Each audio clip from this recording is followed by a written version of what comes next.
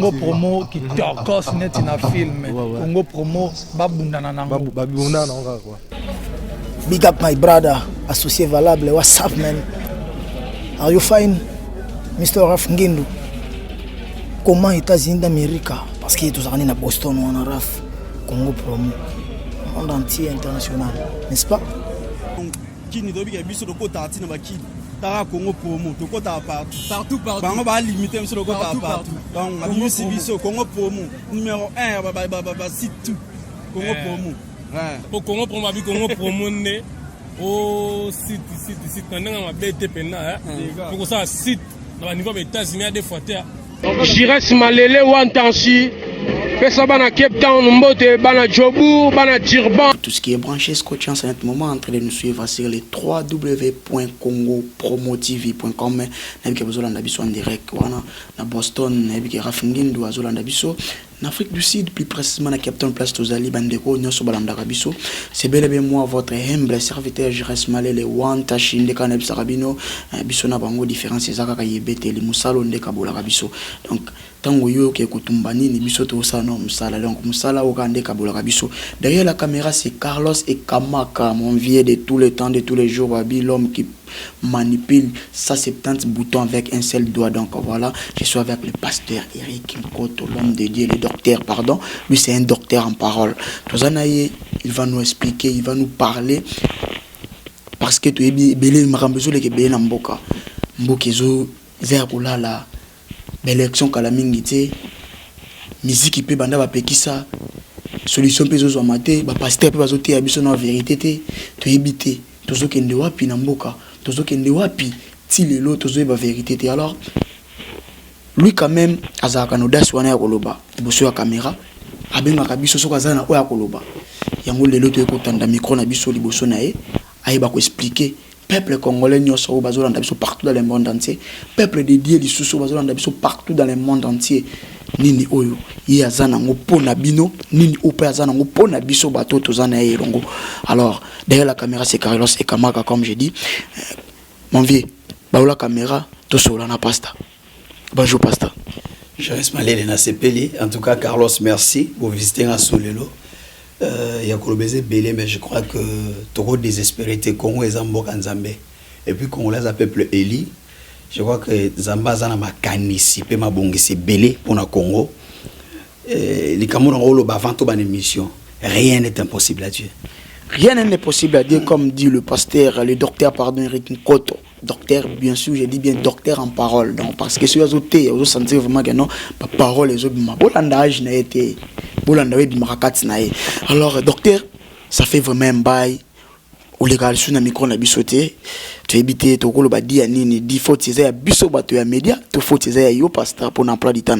Changement de stratégie. Changement de stratégie, à un certain moment, j'étais un peu trop à la télé. Même à Kinshasa, tu as Kende. Et puis, on avait mission Nabino, Nebs, Reki, Jires Malele. Et puis, bon, je me suis dit, on a observé. On a observé suite à. En 2013, on a été à Kinshasa. On a écouté mon boulot. Mon boulot, on a terrain, on a bébé, on a milieu à Zambé. Et puis, même dans le milieu normal, alors je m'étais dit, bon, on a talanan. C'est comme ça qu'après une année et demie à observation, c'est qu'on a un marambo et ça va tout. Alors, merci, pasteur, comme tu le dis. Début de tout ça, les constants, année passée, où tu connais l'année 2014, ils ont bien été dans le milieu congolais par rapport à l'église. Tout le monde a dit l'église, c'est Kabouana qui est belé. L'église est belé, Kangama qui est pasteur, Kokima, pasteur. Donc, tout le monde a dit et comment qui bien été. Côté au pasteur, au pasteur, à Sali, Sogini, Nasser, Bakimi, côté au pasteur, à Kanye église, côté donc. Pasteur, tu as dit à quoi? Pour yom, tu as la cana. Parole. Ce que tu as pour ça, na yonde olobaka. Ba msusu bakukana bango lobate. Besoin miko so rolo ka bango ko makaba problème yonde olobaka. C'était dit à quoi pasteur ba marambono c'est le cas qui na 2014. Non, c'est normal. Au Moninga Vandia depuis 2000. Donc ça va faire bientôt 15 ans. Ville les aïna nous agité dans le cadre de l'église. Tout ça il n'y avait pas de problème du genre au pasteur a précisé mi au église de Kabouani au Likamboé. Mais je crois que Zamba n'a qu'à mettre l'église dans l'épreuve. Voilà pourquoi Mambo Salima qui est belé. Mais lumière est dominante toujours sur les ténèbres. Moussala Nzambe Zaya Nzambe. peu importe ba imperfection ya batu parce que bato na bati ya bazaka batu baza banzambe te batu nde bakokwea batu nde bakobebisa menzamba bebisa raté donc ça va nzamba za na trône na ye musa les continuer. Alors Moussa les continuer il m'a bazana ba peu betana il m'a baku il y a d'autres personnes qui sont dit que non tokende sune be giza ba congolais te parce que ba congolais bazo sala ils a vraiment bien te na miso batu bango ba mbilo bakaba sala nzambe donc et comment qui vraiment bien te na miso ya batu pe na mato ya batu bato pe bazo akape bazo ko occasion pe ko lobaka non tokende sur église te ba profiter kana makambo ba ndé ko le kawana. Alors je crois que c'est une aberration moni mutu d'abord église a ba congolais a raté église à Nzambe sauf que ba communautés sont différentes mindele ba préférer ba kendesco pasteur na bangaza mundele ba nigérien ba préférer ba kendesco pasteur na bango mais pasteur pe na katiote il y a d'autres personnes qui disent que na pas église ya pasteur Ingandi baloba te église Nzambe ezaka komesana mais église à Nzambe puis mutako se décourager parce qu'il y a eu de problèmes ba problème ça partout moi je crois que peuple na biso bazola na biso il faut tokola omoni ba communauté musu par exemple ba nigérien consort peuple na bango ba tchabat naza menesika mobo ba respecta bango ba considérer biso notre peuple azana moins problème ya kolandela kibo moto ya moto na nzambe eza erreur moto nzambe azaka moto normal il faut kolandela kibo nzambe o ezana kati ya kibo moto ya moto na nzambe po moto na nzambe azana bolembu ya bo moto na ye mais na kati ya kibo moto wana bo nzambe bo mamisko kongola na miswana te Pastor kibo moto na nzambe kibo nzambe pastor fobe tango bia po batu pena bazolanda biso na kata Johannesburg wana ebika no mon beau frère Blaise Makiela zolanda ngai ya sœur na nga Karine sœur na nga ya Palais ya Kajo donc Karine Mangala na bika kolanda ngai masa na nga Frank Musung na bika minutu bozana bozolanda Cédric Kengebeni manager azolanda nga côté ya maison Jarine Golo production na bika no tozala pena Johannesburg wana parce que babi micro ekotambola par-ci par là donc toute la province de l'Afrique du Sud, tout autant pour la poto sur la masolo, tout sur le pasteur, na docteur Eric Nkoto. Alors docteur, on le bien le mot qui bon moto, donc tu comprends dans vraiment té. Mais qu'un peu éclairci ba peuple de Dieu bazola ndabiso, ba ba no ko comprendre lo nyon ngolo ba parla. Pourtant ça ba na ba vie mbale, vie morale vie publique, musana zo sala fatea gêner à prier, mais fa bala. Mais il faut le cambon, mais il faut aller, mais il faut voyager. C'est que aspect na ya ki bon moto. Moi, nzambe beaucoup tchango accent mingité parce qu'elle a parfait. Il faut landa appel là. Un homme de Dieu qui a un appel authentique, ajouter un message à Christ, c'est ça l'essentiel. Parce qu'à un certain moment, na parcours et vie nae, alors ça la raba erreur. Alors soyo mi paye ça erreur ando monibat bazo kokate. Alors je comprends bien parce que biso qui na biso na clair nenga bo qui passe à l'obi tout homme a un droit à l'erreur. On a comprendre aza mutu lokola batu nyonso en dehors ya kosimba bible aza pena mutu lokola batu nyonso je comprends tozokende wana ebike no serbinda la zolanda nga mama na Jad na Giseb na Jad na ebike bazolanda nga bango tu bazana mpasi malele na ngola batu tu bazolanda nga na ebike no boza très nombreux wana bazolanda biso. Alors pasteur tu beta no lisolo ya mboka na biso na Congo lelo Congo e koma sije moko boye oyo bon ba tunso ba que la sonia ko ibisa ka za congolais o ki soni ko ndima ka congolais pour place tozokende to yibina nte pasteur tozokende wapi depuis to banda makambo pe ya kopekisa musique na mboka ka musique beta ya susute à l'étranger oui ba yo kapé bande ko ba musicien ba beta kana bango te tozomona ka tozo se répéter ba pasteur ba ko le so ba vérité que non bande ko bo sala boy pomboke sala boy bazolo ba peka kate ba komi ko kota na ki escroquerie. Alors pasteur tant qu'un homme dédié oyo azana parole na mnoko oko ebisa peuple dédié nini Congo tozokende wapi. Bon, merci Jirès Malele, je crois que ça c'est un sujet très important parce que na considéré Congo minga Congo bato bazana soni ya Congo baba congolais té. Le Congo le komi ya mutunyo mais la plupart bato ba infiltré. Baza pas vrai congolais té mais un vrai congolais ninga na yebi na kola na Congo to ya mboko za fia makasi koza Congo za kelengi moko boye oyo na limite ba nation msu bazana ngo. Alors ndengo lobi mboka place ezokeni nzambe mutame makambo. Oui, on a beau la Chine est comptée par un pays le plus pauvre. Lelo Chine a déficit États-Unis mbongo et puis elle a compté par un pays à Makasi.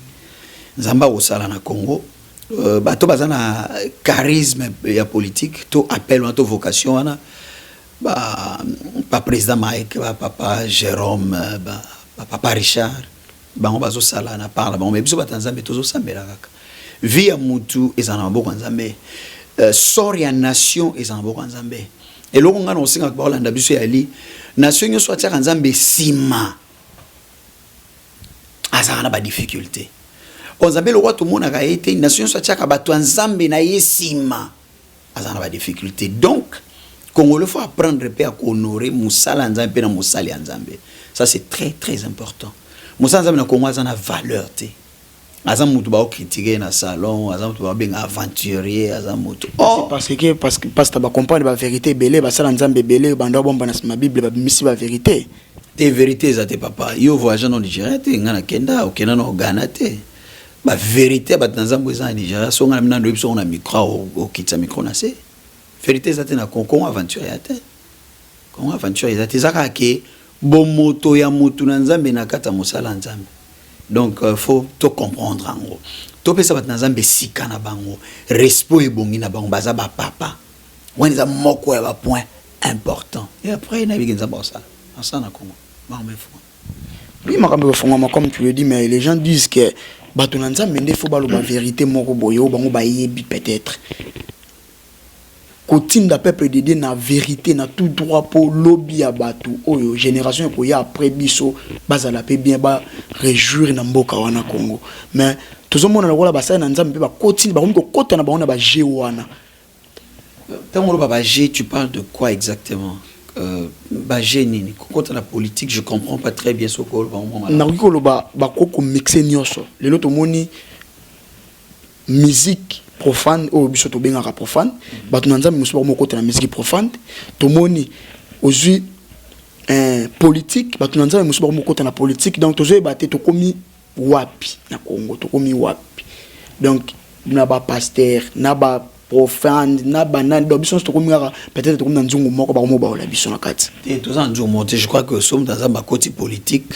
Ils ont des raisons, peut-être à Yoka Nzambe, parce que ils ont la Bible, na bateau Nzamba utilisé dans le domaine one. Moi, Daniel, Joseph, même dans le Nouveau Testament, ils ont la bateau Nzamba peut bon pouvoir quoi affronter ba roi, bango nyon sauter, quoi affronter ba roi, ko solana bango, ko ça va makambo. Alors somme ta Yoka Nzambe, bah c'est que non, en tout cas il faut redresser de certaines histoires na politique, il faut pas tout condamner. Mais en réalité, Moussa Nzambe wan les makambo na été. Mais quant à musique, pasteur, moi, comme musicien, ne comprends bien. Non, pasteur, posons ba pasteur, parce que tout le monde a raté, n'a pas moi di banda, parce qu'ils ont na zone ici si je parce que les cas déjà, le bima qui pasteur, ok, jamais qu'on produit musicien profane. Pasteur a produit musicien profane. Ma production, c'est un business. Moi, je vois aucun mal dans ça. C'est un business. À Tiemon Angers, musicien qui a Betty et puis Botimbo rebellé. Ma bien la Bible et bon. Pourquoi pas Tchangwata na musicien chrétien au bino ben ra musicien chrétien na musicien profane. Opportunité mon ami musicien chrétien tam soko Tchamongo. Mais pesa penzate ndenge au pesa côté kuna bon.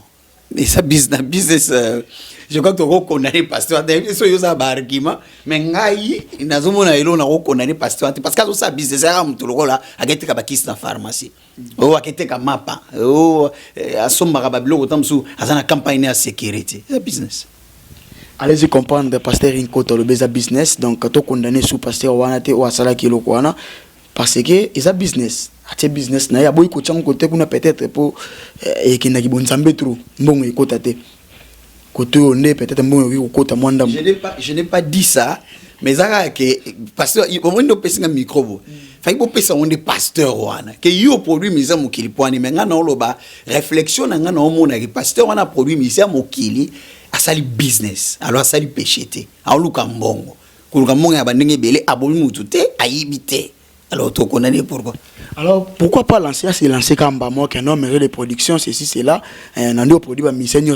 Voilà pourquoi on a besoin d'occasion pour passer micro, peut-être à passer ça va parce que d'autre part, tout peut qu'on se complaine trop pour notre comportement, il y a quelques pasteurs, comme comportement quelques pasteurs, ils ont vraiment bien été devant Batou. Ma pasteur est belé na net na temps où il comme pasteur, tout pasteur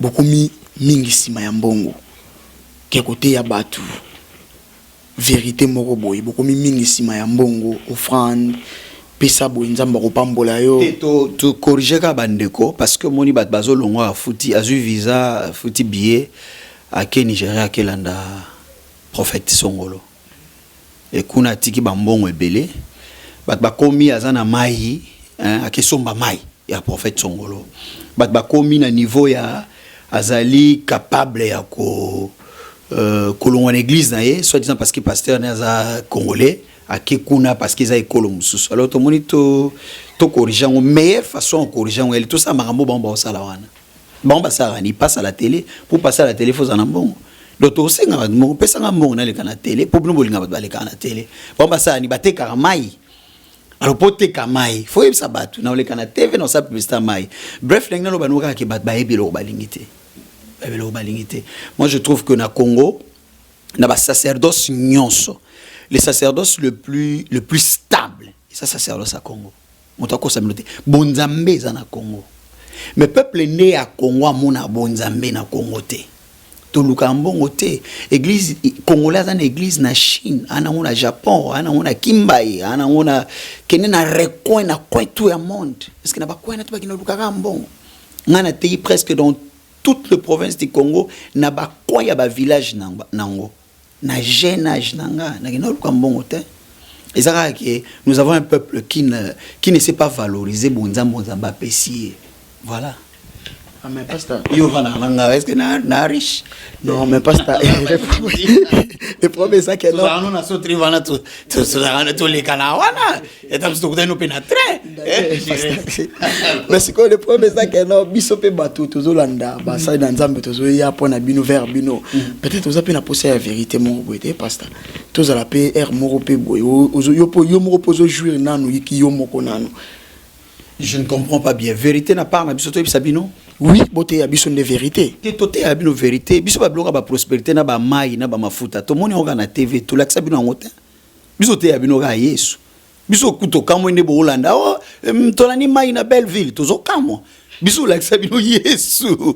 Biso laksa bino Christ, wa big sabatu. Biso vérité bino to te abino za Christ. Bino nde bolingi vérité te. Bino bolingi ba biso tata mwasi ndoki. Kokondoki zoma iwana sopa bino bolingi miracle ya mbangu kobonga mbangu bapesi yo mafuta moko boye jireska lelo lobi tozaka normal ba omosoma ba Ferrari voilà pasteur makambo mayo yo tobeta lisona on peut makambo mayo komi belé pasteur tous les pasteurs congolais ba comme na système mayo parce que ça dit à quoi c'est parce que peuple alingi bongo moi mais c'est moi qui là-bas qui demande le peuple a ça raison ouais c'est quoi une raison qui demande le peuple alingi bongo bolingi mai na mafuta to eli bino mai so boboy to tiki me bolingi ngaza batu avanda banda tongo tipo quoi a tala ba chaîne chrétienne populaire ba public o ba pasteur ya bekolo musuna ina tanga ngo mingitawa bazotea batona batea koleka bisotin nazo ipsa yo na omena musalo batona soto vaina bango parce que la plupart de mes amis là bango ba ipsa biso soki bisoto e baranza me ndenge bino we binzambe ndeto koma musika parce que bino peuple na biso bolanda bango poani pona ba miracle bazo sala miracle Lucas Jumsu to ochelanga micro eza miracle te zangulu mugomso ochelanga micro na expliquer alors ezangulu to c'était pas chose ezangulu ne pasta lobby babi micro na biso to komi to pasta donc chaque dimanche après église to ando ya to solo na pasta ayeba un peu ko pesa bana nzambe oyo bana nzambe bazoluka po bana nzambe beaucoup mis par-ci par-là beaucoup mis éparpillé to éviter pourquoi beaucoup mis éparpillé donc on a habité je pense directement à mon frère mon cousin mon tout donc quand tu es là tu me suis Regan qui peut désirer qui mon pote mon privé donc on est ensemble je pense directement à mon vieux et là du pécho les pétroliers on dit à Genève wana maelekina maman nanga kabibi Kourouboua la vie est belle première star à famille donc voilà je pense à vous aussi n'a pas sur mot de place aux alliés n'a pas sur mot de fiston mon vieux fiston azola nangai fiston balabos nebi ko zola nangai basta rems nebi bino tout zola nanga en direct à Paris je suis avec le docteur Eric Nkoto avec lui to solo la rabo et pour babi basta alobaka tout autorisé, mais tout n'est pas permis. Donc, on autorisé nyoso, mais nyoso ya permis to solo na pasta parce que azaka hypocrite te alobana na biso senga lobana biso boyoki moko alobi ke demain les peuples wazo comme te lobango ti so zaki pasteur mso nga oboya ko lobana so ke na kuzo ko lobango ke place to kuta na bino mais pasta lobana vérité mais pasta babi yope serimo boye comment que na mama misiki to pasteur ça se dit quoi bo jeunesse ka tonne te waneza ezali ils ont spéculation et puis moni les qui n'ont neps neps info il fallait abima moni bino momé na mboka motu toi et gérer ça et bi Elvis a et bi ils mbata neps ayaki alors il y a ba sujet à makasi il fallait qu'on fasse ça l'effort qu'on foulaye mais je crois que bato ba binga ba bike ngaza mtu na Nzambe naza ministre Nzambe na ville na Woodstock ça fait 14 ans na boujate na voyage aka 43 ans église à la ka na masolo ba église kanga oyo kanga te c'est moi pe bimake non aux États-Unis tique église te ça parce que bon on a voyagé à mingi et puis moni combo na combo tellement makas que tout le monde se permet au lobagnon swali mais moni on peut ça rappeler force à mutu voilà donc na sepeli en tout cas Elvis ngane saka bato ba na biso nzamba lingi yo eloko est impossible ezate kobanga eloko moko te mama kobanga eloko te papa mi pesa na Nzambe nazo croire que dans le 24 eza jeudi ya mois au ya septembre tozana séminaire awa to aussi sango dimanche nazo inviter bato nyonso bazana temps bazana opportunité oya yaka Nzamba ko toucher yo Nzamba opambola yo biso to croire mingi na ba mai na ba mafuta te to croire na puissance ya kombo ya Yesu na kantina kombo ya Yesu maladie nyonso ebikaka et puis problème ce sera solution na pesi merci ndenge au kanisa ikoya na pesi merci na Elvis et puis na bato balanda Carlos pardon et puis na bato balanda biso Nzamba pambola peuple na. Ok, merci vous qui êtes en train de nous suivre. Vous avez suivi sur le www.congopromotv.com. Nabi ki bolandi biso Rafingindu, Andrea ki Boston, nabi ki bozaki belé vraiment ya kolanda biso elongo na docteur Eric Nkoto. Oeza bongo to bandi lisusu masolo. To aussi sa 2015 on a eu kaka na interview. To bandi masolo oezali premier topic na biso to yenango ya lelo Kongo ko bonga te boki docteur ndenga lobi. To koya tobeta lisolo ya mai ya ba miracle comme ko sa malelo na ba pasteur ba comme na basisina ba mai ba mafuta ko pakula batu yango za lobiko ya solo to ya lobiko ya lokuta po biso to yebi ba mama mbikudi na ba voyant tonde ko mona nzela batala batu maboko bazaka sunu ba nzela te bango to ba komona basima ba église est-ce que bango na ba biso ba mai to ya ko beta masolo na pasteur deuxième fois les lots to boyo to so na docteur boki au docteur alobi bolanda biso toujours sur le www.congopromotv.com bobenga ba numéro na biso affiché na siwana po balobi émission moko ezota la mikolo na monde entier ngwana nga quant à moi je reste malé na remercier kaka moi 2 ou 3 personnes balanda ki ngai la famille malele na bika bino to bo kolanda ngai Ambrazine malele mama malele Nicole malele Sandrine malele li passe je reste malele donc voilà na bika bozé belé bolandi je suis malele donc voilà bino tout bolandi biso partout dans le monde entier Indice Guardiola mama Konzi na bino tout bolandi biso docteur Eric Nkoto pazaki na biso docteur n'habite moi 2 ou 3 personnes pour remercier ba kozala. Non d'abord le toucher makambo yaki aba makambo Nzambe nga nazana papa na ngai molimo l'apôtre Ani Antonio da Silva Kitembo que je salue azana Belgique wana et puis Mami Koto azana Irlande Christian Koto na Paris na batunyoso ba occasion la biso na ko bosana te Maïvette Judith batunyoso Judith Nkombe nazo croire que prochainement sokoyi Torozo temps ya moulaï pour tout cela bien. Merci Mingzama Pambola bien. Ok, merci. Moi, je pense directement aussi à toi. Et puis, ma vous en général de Johannesburg, Nebiko Landanga. Bino Tozo Landanga, na bosani souhaiter mon beau frère, respect, total respect à toi. Bof Nangai, Blaise Makela. Nebiko Landanga, Serna Karine Mangala, Nebiko Bino Tozo na Bolandinga, Bof Nanga sur Romain Solo, Papa na Diva Serge na Princelia, Maleline VIP, Otikala Malamu, un boss Toto Mangala, André Debounia, les douaniers, Nebiko Bolandinga. Merci to kutana na bande comme sous pour te beta masolo. Merci. Congo promo qui tokos net na film. Congo promo babundana nango. Babundana nango quoi. Big up my brother, associé valable, what's up man? Are you fine? Mr. Raf Ngindu. Comment États-Unis d'Amérique? Parce que tous à Boston ou en Raf. Congo promo. Monde entier international, n'est-ce pas? Qui ne doit pas biso de côté na bakili. Tara Congo promo, tokota partout. Bango ba limiter monsieur lokota partout. Donc na bimisi biso Congo promo numéro 1 ba site tout. Congo promo. Ouais. Pour Congo promo abi Congo promo né au site ndanga mabete pena pour ça site na niveau des États-Unis des fois terre. Jires Malele Wantansi pesa bana Cape Town mbote bana Jobour bana Durban ba Pretoria donc Afrique